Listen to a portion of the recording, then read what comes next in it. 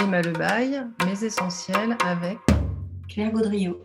Bonjour Claire, Bonjour. ravie de te retrouver. On s'était donné rendez-vous il y a un an et je te propose aujourd'hui qu'on poursuive notre échange concernant la manière dont la crise sanitaire a impacté, empêché ou laissé émerger de nouvelles choses dans ton processus de création. Est-ce que tu peux nous dire où tu en es aujourd'hui après cette nouvelle année écoulée? Alors, cette année écoulée, c'est vrai que maintenant qu'on en parle, c'est compliqué parce que j'ai l'impression que ça fait une éternité et en fait, ça fait juste un an.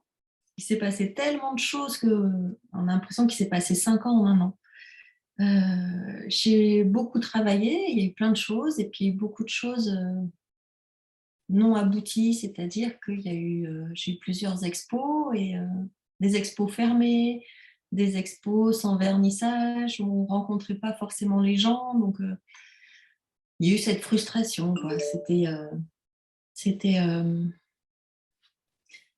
oui, c'était frustrant. C'était frustrant. C'était chouette et je remercie encore tous les gens qui m'ont accueilli parce qu'ils sont allés au bout, même si ils ont changé les modalités pour que l'expo puisse avoir lieu, mais c'était très souvent sans personne, quoi. Ouais, donc ça voulait dire le sentiment que ton travail, il n'allait pas au bout de ce que tu avais attendu. Tu l'avais déjà évoqué un peu l'année dernière, ça s'est renforcé à nouveau. Ben, ça s'est renforcé. Il y a eu donc la sortie de ce livre où les librairies fermaient à 5 heures le soir, donc les rencontres aussi étaient à moitié. Les expositions, la jauge était très très limitée, donc c'était aussi compliqué. Donc c'était chouette parce que tout a pu avoir lieu, mais à moitié. Donc, donc voilà, c'est pour ça que j'ai l'impression que ça fait 5 ans, parce qu'il s'est passé plein de choses et qu'un jour ça se passe comme ça et que le lendemain les règles changent et ça se passe autrement. On est complètement perdu, quoi. Et du point de vue de ton travail, donc là, il y a le sentiment d'être un peu entravé dans le fait de pouvoir aboutir et présenter à un public. Est-ce que ça a fait émerger des choses particulières et des choses plus agréables que cette frustration?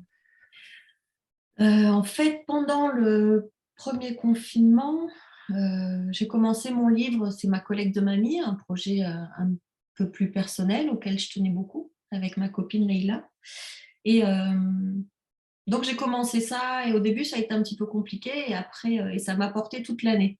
Donc parallèlement à toutes les rencontres, à tout le travail que j'avais à côté, je travaillais sur les mamies et petit à petit je sais pas comment, je pense que je sais pas comment ça m'a pris, mais je pense que c'est parce qu'on était tous chez nous et tout ça, j'ai commencé à broder, comme beaucoup, hein. À ce moment-là, je pense qu'il y en a plein qui ont ressorti leur fil et qui ont essayé des choses. Et parce que ce livre-là, il est tellement important pour moi qu'une fois que j'avais fini mes illustrations, je voulais continuer autre chose. Donc j'ai développé tout un travail autour de la broderie que je veux continuer encore aujourd'hui. Et c'était aussi, il y a eu un autre événement aussi important, c'était l'exposition Pause à Limoges, où les dessins, encore une fois extraits de ce livre, étaient exposés sur les panneaux publicitaires à Limoges. 3 grandes illustrations. Encore une fois, je crois que c'était en période de Pâques et il y a eu un nouveau confinement où les gens restaient chez eux, donc nouvelle frustration, mais heureuse de les voir exposés et que mon travail, au début, ça fait flipper, et soit confronté vraiment à un public qui ne vient pas voir mon travail, mais qui se trouve face à ça. Donc, ça a été encore un autre déclic. Et donc, voilà, ce livre, il m'a porté toute l'année et je continue à le travailler aujourd'hui en broderie. J'extrais des images de cet album pour continuer à le faire vivre parce que c'est le thème à la base qui me porte depuis que je suis étudiante. Donc, c'est ça. C'est cette période-là, c'est revenir à des choses essentielles sur lesquelles je travaillais quand j'étais étudiante aux Beaux-Arts.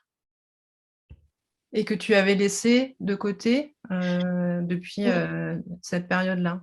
Depuis une vingtaine d'années que j'avais laissé de côté, c'était le thème du souvenir, le thème des grands-parents, de ce qui nous construit, des choses assez kitsch, l'idée du goût, qu'est-ce qui est beau, qu'est-ce qui ne l'est pas, comment on peut définir ça. Enfin, c'est un gros... j'ai ressorti toutes mes notes, j'ai ressorti tout mon travail étudiant, mes classeurs et tout, toutes les choses que j'avais mis de côté.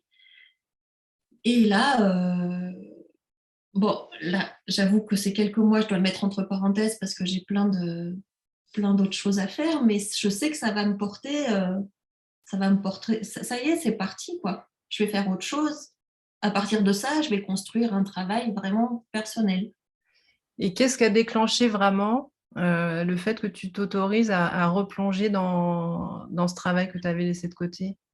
Bon, je crois que c'est la période, hein. C'est cette période-là, c'est revenir vraiment à des choses personnelles et comme le nom, enfin à des choses essentielles, quoi. Vraiment, je sais pas ce qui a déclenché ça. Je pense que c'était une envie. Depuis longtemps, je gardais ça de côté et que là, je me dis, mais pourquoi enfin, il faut faire vraiment ce qui nous plaît, ce qui nous porte aujourd'hui ouais, très connement, la vie est courte, donc il faut que j'arrête de mettre ça de côté. Même si je le mets encore un petit peu de côté, mais enfin, voilà, je prends des notes, j'ai sur moi constamment dans mon sac, j'ai un carnet qui est dédié à ce travail-là et je note des choses. Parfois, ce sera tous les jours, parfois, je vais le laisser pendant 10 jours et tout ça, mais je note tout. Voilà. Alors, ce que je te propose, c'est qu'on découvre une des œuvres que tu as réalisées cette année qui est en lien avec tout ce que tu viens de nous présenter. Oui. Alors là, voilà, j'ai été invitée à participer à une exposition pour les 25 ans du FOPS. Donc, c'est une association de skateurs. Et il fallait illustrer une planche de skate. Donc, moi, parallèlement à ça, j'avais mes petites broderies, enfin des formats plus petits. Et ça faisait longtemps que je voulais faire un grand format. Et où je me donnais pas le temps de ça. Donc là, je me disais, je vais être confrontée à plein d'autres artistes, illustrateurs, peintres qui font des trucs super chouettes. Donc, je voulais amener un truc en plus parce que ça me faisait flipper d'être confrontée. Donc, je voulais faire quelque chose de différent. Et je me dis, bah, c'est évident que je vais essayer de faire une broderie. Et j'aimais bien le côté aussi, le côté de la broderie où on prend le temps, côté du skate qui roule, qui va plus vite, et le côté féminin et masculin. Donc, je voulais travailler un peu tout ça. Et le Alors, challenge, le truc excitant de travailler sur un plus grand format sans savoir si j'avais le temps si j'aurais pu enfin, est-ce que je vais l'avoir fini à temps, c'était pas gagné. Voilà. je vais la partager pour qu'on puisse la découvrir. Donc voilà ma planche de skate avec donc des illustrations, entre autres, hein, que j'ai extraites de mon livre Ma collègue de mamie, avec des thèmes qui m'amusent, quoi. Avec cet ex-voto, le côté sacré, mettre le pigeon. Le pigeon, c'était pour moi intéressant. Enfin, je trouvais ça marrant parce qu'il y a toujours des pigeons sur les trottoirs où les gars ou les filles peuvent skater. Donc voilà, je trouvais marrant d'y mettre les pigeons. Et ça a été un gros challenge parce que j'ai fait ça cet été. J'ai brodé tous les soirs avec une petite tendinite. Et enfin, voilà, c'était bien qu'il y ait cette invitation, ce challenge, cette date, parce que ça me forçait à faire un truc que je voulais faire depuis longtemps, mais quand on n'a pas une date et un lieu, et faut que ce soit fini, il faut que ce soit montré à tel moment, bon, on le met de côté. Donc là, j'ai une autre grosse broderie que je suis en train de faire, et puis j'ai plein d'autres.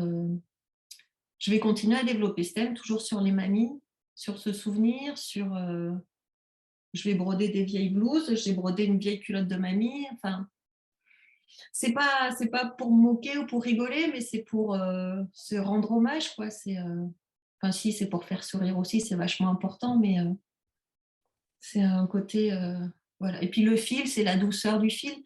C'est le côté un peu cocon, on fait ça chez nous. Il y a le côté féminin, il y a le côté un peu désuet de la broderie. Enfin, ouais, ça amène plein de choses. Et là, je trouvais ça rigolo sur une planche de skate parce qu'on va pas skater avec ça. Ça va être tout pourri et tout sale. Et là, c'est blanc immaculé. Donc, il y avait plein de choses comme ça, de nuances qui m'intéressaient dans ce travail. Et qu'est-ce que ça t'a apporté au-delà on va dire, de la satisfaction de replonger? Là, tu te projettes vraiment dans la suite de ce de ce qui va se poursuivre pour toi, d'avoir élargi, on va dire, ton support de création Ouais. à d'autres matières. Mais c'est pas forcément la matière à proprement parler, c'est vraiment voilà, quand je dessine, là, je me rends compte que je suis prise au piège d'un dessin que je veux parfait, que je gomme, que je refais et tout. Et donc, ça devient pesant. Et la broderie, euh, il y a le temps long, certes, le temps on prend enfin, je prends mon temps, je peux enlever un fil parce qu'il est mal fait, mais ça, je me l'autorise pas tellement. C'est que je brode et il y a un dessin qui m'échappe un peu parce qu'il peut pas être parfait comme avec mon petit critérium et ma mine de 0,5.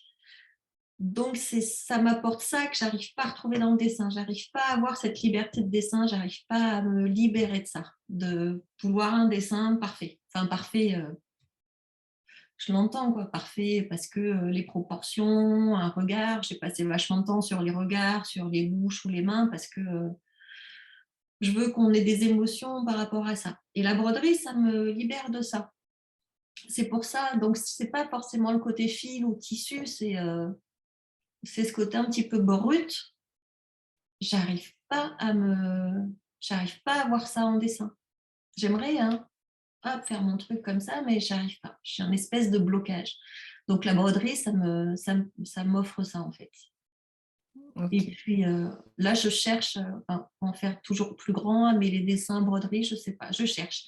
C'est, puis là, ça me permet aussi, j'ai montré à une expo que j'ai faite à Brive cet hiver, j'ai montré des broderies que je trouve pas forcément belles, mais c'est des essais.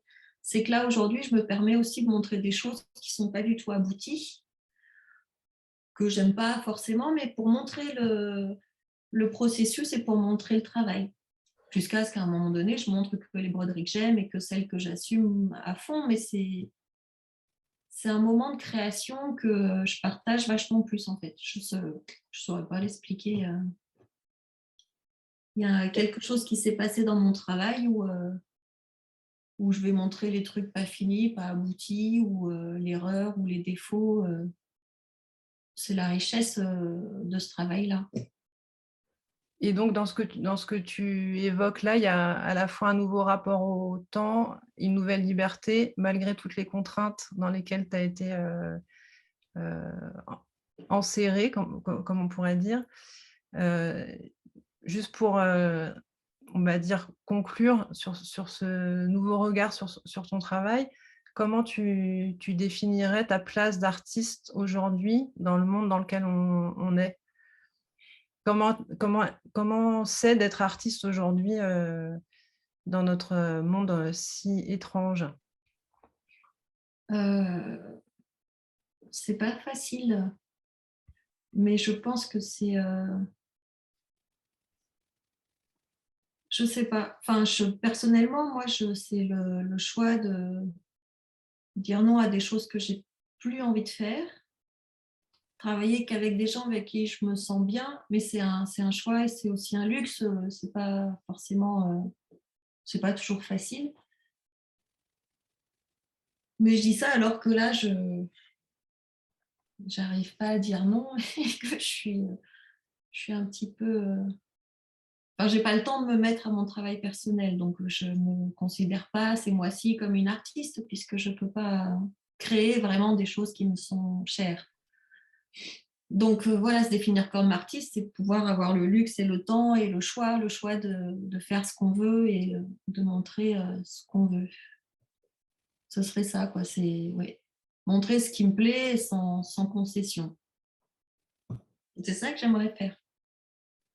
Ce que tu Faire fais, ce que tu fais dans ce que j'entends, ce que tu fais à certains moments, oui, par intermittence. c'est ça.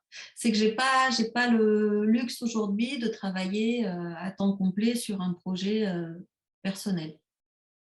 je peux pas. Après, j'ai la chance de travailler sur plein de projets qui m'enrichissent et qui, enfin, tout est lié en fait, tout est lié. Mais c'est pas des projets pour moi. Je bosse pour telle personne, pour telle autre ou avec telle autre personne. Moi, Si tu, voilà. ouais, si tu regardes, on va dire, l'état dans lequel on était l'année dernière, où tout était fermé, il n'y avait pas de perspective, on était dans un flou assez intense. Comment toi, tu te sens là par rapport à ça, par rapport à ton travail et à la manière dont tu t'es adapté à tout ce qui s'est passé? Je suis pas sûre qu'on soit vraiment sorti de ça. Donc là, maintenant, je serais plus autonome. Autonome dans le sens où, enfin, je pense que mentalement, je serais plus forte. Ça n'a vraiment pas été facile. J'étais complètement perdue. Mais je ne pense pas qu'on en soit vraiment sorti. Donc, je pense que si je me suis replongée dans mon travail vraiment personnel, c'était pour penser à autre chose ou pour penser au plus loin, ou pour penser à ce qu'on peut laisser ou pour penser à ce qu'on peut partager et ce que j'ai envie de défendre sur du long terme. C'est ça, c'est vraiment réfléchir ou créer sur un temps long, en fait. C'est ça, ça a changé. C'est que jusqu'à présent, quand je travaille sur un livre ou quand je travaille sur un petit projet ou sur une expo, il y a une date, il y a une chose qui est actée, ça doit sortir bon, ça devait, ça a toujours été un petit peu flou, mais c'est sur un an, c'est sur quelques mois. Là, je me laisse le temps. Si je sors quelque chose de concret, si c'est dans 4 ans, ce sera dans 4 ans. Si c'est dans plus, ce sera dans plus. Si c'est dans moins, enfin, c'est ça. Je crois que c'est ce rapport-là qui a changé. Mais Voilà. merci beaucoup, Claire. Ben, merci à toi. Et bonne route avec, sur ton skate, tout ce qui va autour. Et au plaisir. Plein de trucs. Comment? Il y a plein d'autres trucs en tête. Plein de trucs.